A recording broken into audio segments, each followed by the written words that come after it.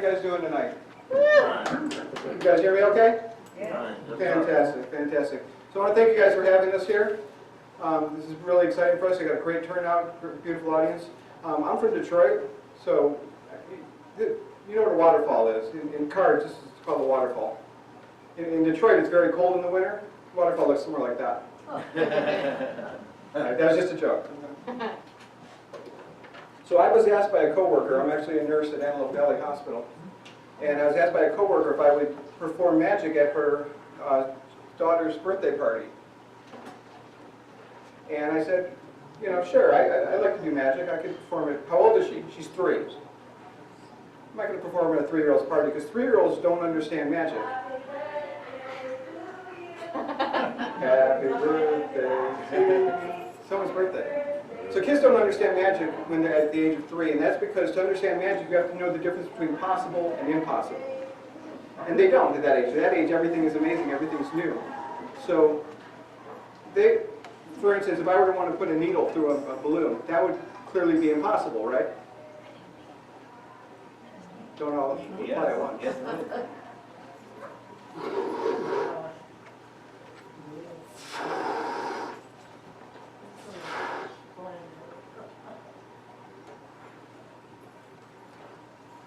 I used to come on stage with these pre-blown up, but people thought it was suspicious, and honestly, I just like the head rush. So I thought it would be interesting to explore what's possible and impossible with my routine today. Just very gently, can you verify that's a very sharp, just touch the top a little bit delicately. Very sharp needle. It's an 18-inch needle. I don't know what type of sewing you do for that. But a 3-year-old would not be impressed if I could put this needle through the balloon because they don't know if you put a needle in the balloon, it pops. We all know that this is impossible. I always get scared when I do this.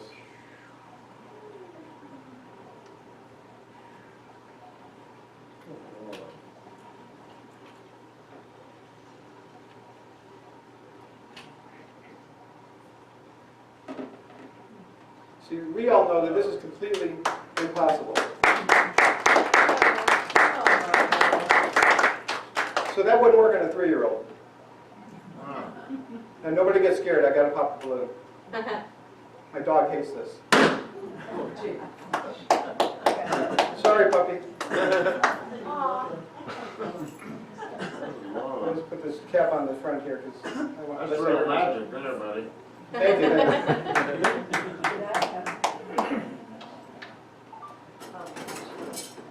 So just like it's impossible to put a needle through a balloon, it's impossible for metal to pass through metal. And that would be wasted at a kid's party. So if I took 5 rings, 1, 2, 3, 4, and 5, those are all solid metal rings. They're all identical, no latches, no gentleman back here wants to take a look. Give it a good inspection. They are all identical except for this one. This one's a little more identical than the others. And it's a little more clingy than the others. But if I do this, Good Lord. and the two of them just drop right together. That leaves us 1, 2, and 3 rings. And the idea is to get them to vibrate at the same molecular rate down to the molecules, to have them vibrate. Anyone here a fan of the Flash superhero? Knowing the Flash? That's how he passes through walls. He can vibrate at the same molecular way as the walls. And if you can get that just right, you get them to pass right through each other.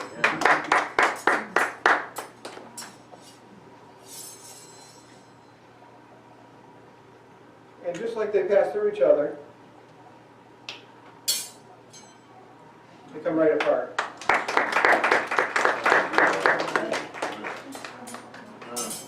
Now, I always find it harder to do this while they're in motion.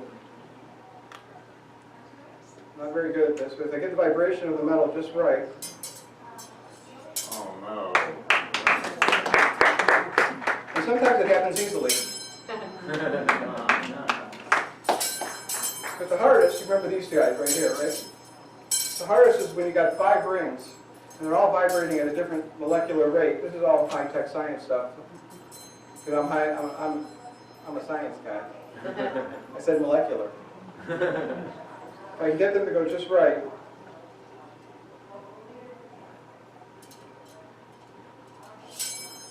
and get all 5 together. So what people are amazing is getting all 5 together is really how quickly they can come apart. All 5 come completely separate. That would be wasted on a 3-year-old.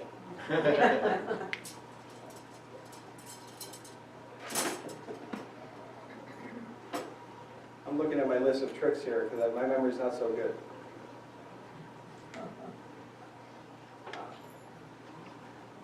So I was watching America's Got Talent, and they had this boy on the show. He was like 14 years old. He was an incredible magician, and I was inspired by him because he did this trick where he had 6 cards. 1, 2, 3, 4, 5, and 6. And what he did was, he stood in front of the audience, and he took 3 of those cards. 1, 2, 3. And he still had 1, 2, 3, 4, 5, 6 cards. I was baffled. I was absolutely baffled because you can't have 1, 2, 3, 4, 5, 6 cards and remove 3. 1, 2, 3, and still have 6 cards. 1, 2, 3, 4, 5, and 6. So I went crazy. So I didn't know how it was done. As a magician, I always want to know how a trick is done. So I went to the magic shop and I said, you know that trick where there's 6 cards? Everyone count with me. 1, 2, 3, 4, 5, and 6. And you take those 6 cards and you throw 3 of them away. 1, 2, 3, and then you still have 1, 2, 3, 4, 5, 6. They didn't know how to do that. But they wanted to know, so I said, you figure it out. You know, we'd love to know. So I said, you know, when I find out, I'll come back. And I went, where does everyone search for anything now? You don't know the answer? You Google it. So I went on the internet, and I searched for secret tricks. I wound up on a website I'm not proud of. An hour later, I resumed my search. And I was looking for that trick with 6 cards minus 3. Found nothing. So I determined it's absolutely impossible. There's no way to have 6 cards with me now. 1, 2, 3, 4, 5, and 6. And to take those 6 cards and throw 3 of them away, 1, 2, and 3, and still have 1, 2, 3, 4, 5, 6 cards. Wow. So being that that's absolutely impossible, I won't do that trick for you today. I'll move on to something different. Big name in magic right now is David Blaine. Everybody see David Blaine? You know who he is? Yes. David Blaine? Yes. I've heard of him. You've heard of him? Have you heard of David Robotnik? I think so. He's the world's okayest magician. So David Robotnik, me, got to meet David Blaine when he was doing a show. My wife took me for my birthday?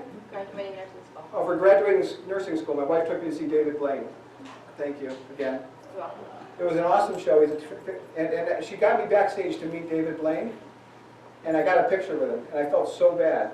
He was so embarrassed and so shy to meet me, the world's okayest magician, that he didn't ask for my autograph. But this trick is actually his. I want to give credit where credit's due. This is a David Blaine trick. So I'm going to count 10 cards. I'll show you this regular deck. Just you can verify it's a regular deck here. Just show people up front. Nothing tricky going on. Okay. My magic coach says I'm always supposed to show people that it's a regular deck. I'm not supposed to turn my back on the audience when I walk back. I don't think you'll attack or anything. I'm not really sure why he said that, but I'm going to count 10 cards.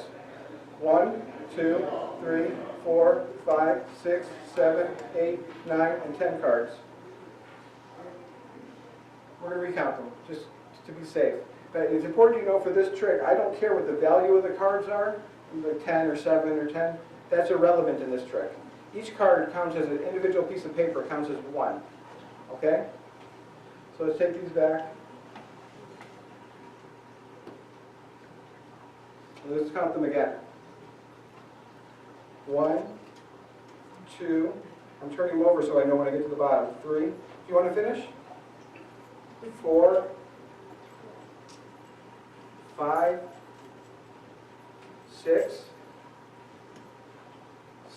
7, nobody count with me. 8, 9, and 10. So do me a favor, hold those close to your heart. I don't want anyone to say I pulled any shenanigans. And what I'm going to have you do, sir, if you don't mind, just tell me when to stop. Stop. Right there. We're going to cut the deck. And you could have said stop at any time. You could have said stop and landed on the queen, or the king. When you said stop, you landed on a 3. So fair enough, I'm going to add 3 cards to that pile. Stay where you're at. Everybody control yourselves. Don't get too excited. I'm going to add 3 cards from here. Is that okay? Oh, yeah, sure. Okay. 1. Did you feel it? Oh, yeah. Tremendous. 2. Oh, 3. yeah. Did you feel all 3 go over? Oh, yeah, definitely. Perfect. Go ahead and count those one more time while you're holding them, before I touch them again. You should have 13 cards now. Want to count 2, 3, 4, 5, 6, 7, 8, 9, 10, 11, 12, 13 cards.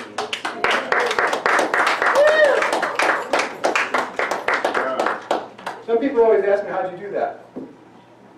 How'd you do that? Very well, thank you.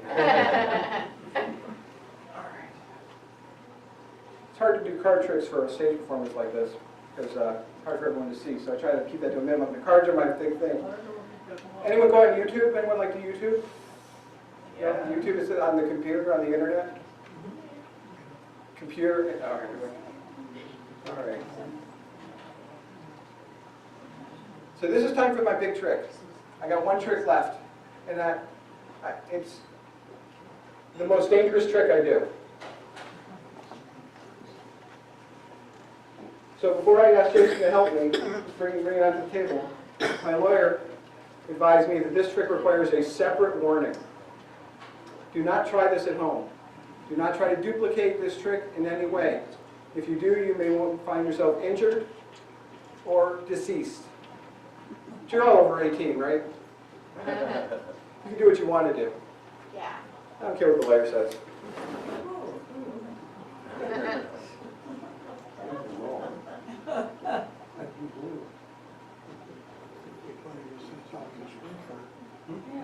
Oh, I was looking for my phone. You have a good assistant there, Robert. He's a great assistant. Okay, so this is what we have. I have 6 paper bags. I have 6 plastic cups. They are numbered. And under each cup is a wooden base. You see, I only have 5 wooden bases out. I'm going to put 1 in each bag. Because the 6th bag has a giant spike in the base. So let's anyone feel this is not a real spike. You're going to verify that's solid steel. That is actually a 5-inch nail. I don't know what they use nails like that for. Maybe building giant houses or something. But that's going to go into this bag here. What are you doing? Mom said rehearsal didn't go well. I have 1 bad rehearsal. You're setting up a first aid kit? Boy, that's tough. Okay, spike is in this bag. Put a base in each bag. That way when we move them around, no one will be able to feel the difference that one is heavier than the other. Because we're going to lose that bag. This is sort of like Russian roulette with my hands.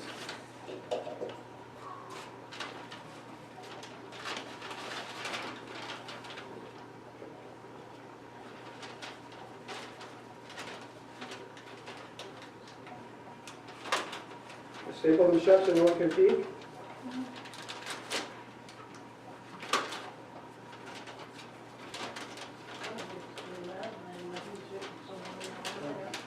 What's that?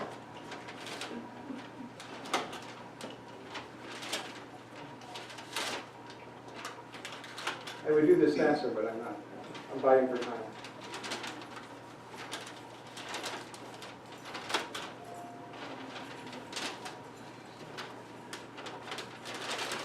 Okay. So let's recap. Might need the stapler. Let's recap. The spike is in one of these bags. So you can all be following. I want you guys following the bag.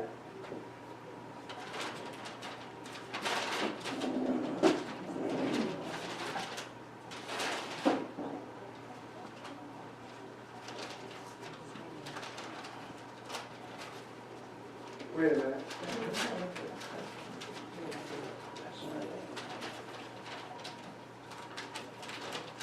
I guess I thought I messed something up. I would have been tragic. So we really would need it. Okay, so what I need is someone who can come up here and help me out. Are you able to come up for just a moment? No? And Oh, go on. I just need someone to come mix the bag up while my back is turned. She will. What's your name? Sorry? Joyce? Let's hear it for Joyce. So what I'm going to do, Joyce, is I'm going to turn my back, and I want you to mix up the bags. Okay, I don't want to know where the spike is. okay. Do you know where the spike is? Nope. Oh, that's not good.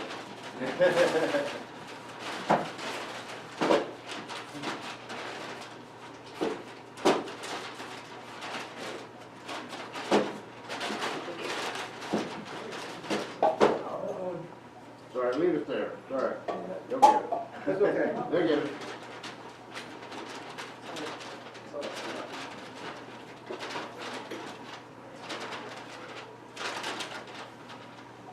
Okay, perfect. Thank you very much, Joyce. You Give a round of applause for Joyce. did that well.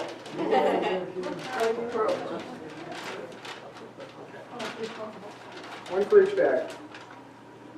Okay. Now comes the fun part. You know what? I'll just take volunteer. I was going to throw a balloon, but I don't want to throw a balloon. Let's take volunteer. Are you feeling confident today? Perfect. Go ahead and pick. I got 1, 2, 3, 4, 5, and 6. Pick a number 1 to 6. 5.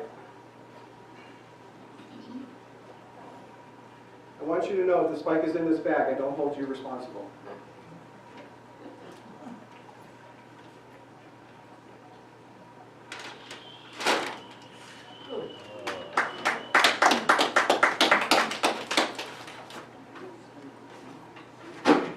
Good pick. Okay. Anyone else? This gentleman here who inspected the rings. Want me to pick one? Pick a number. I pick number 3. Number 3. I don't hold you responsible either. This is really scary. That's my lucky number. Well, if it's your lucky number. Destroyed it. Is anyone else here scared? Yeah. I'm terrified. The rehearsal really didn't go well. Okay. Young lady, you got 1, 2, 4, and 6 left. 6. You want to take my spot? You want to do the bag? I should have the bag. You want to take your hand out and you want to take it instead of me? No, I'll let you do it. How do you feel about your Stronger number? than I am. Oh, my God.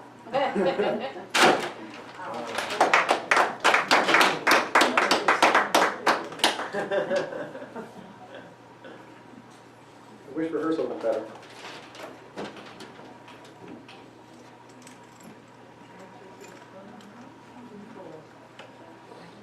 Okay, someone in the back. Show me fingers for either 1, 2, or 4.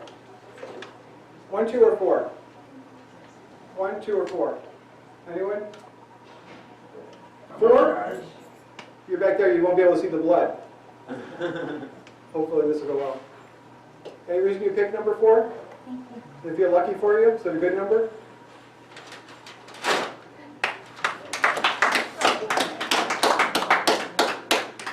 We have a 50-50 chance right now.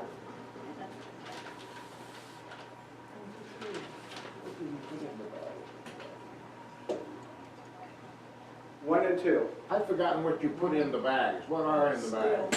There's a 5-inch spike in one of these bags. There's a what? A 5-inch metal spike. A spike, that's right, yeah. Oh, spike, In one of the 2 bags. in one of those bags. The other bag is my safe place. Can I my take happy another zone. one? 2. 2. You sure you don't want 1? No, 2. There's a 50-50 chance you're wrong. If this goes badly, are you going to feel bad? No.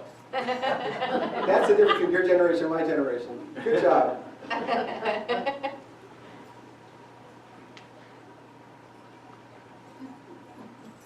This is scary.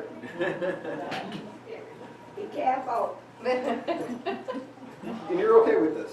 Yeah, you want me to do it?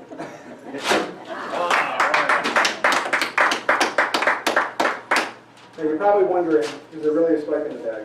No. You're not wondering? No one's wondering. Well, if no one's wondering, I don't have to show anybody, right? You want to see. Sir, had you picked number 1, No. Oh, that's a you would have picked another pick. good job. Oh, that's amazing, that's magic. I want to thank you. I want to thank everybody for coming today. I'm told this is kind of a later event than you guys normally do, so I appreciate you coming out. If you're YouTube type people, check us out Slow Motion Magic on YouTube. And thank you so much for coming and having us. Have a good night. Come again. Come another time. We want a rabbit next time. There's a dog. All right, good. Yeah, very good. Thank you. All of That's Sam, brother hand there. There are, by the way, there are flyers and pamphlets and business cards for anyone who is interested in information and activities coming up related to Parkinson's research, fundraisers, and like there's something called a Foxtrot. There's a 5K coming up that we are participating in. There's information on the disease itself. There are ways to contact Slow Motion Magic. I can't read an analog clock because I am a millennial, but if you take the packets to you, you can read them in the morning instead of watching the news. I know it's probably past half your bedtimes. But yeah, thank you so much for having us. Have a good night.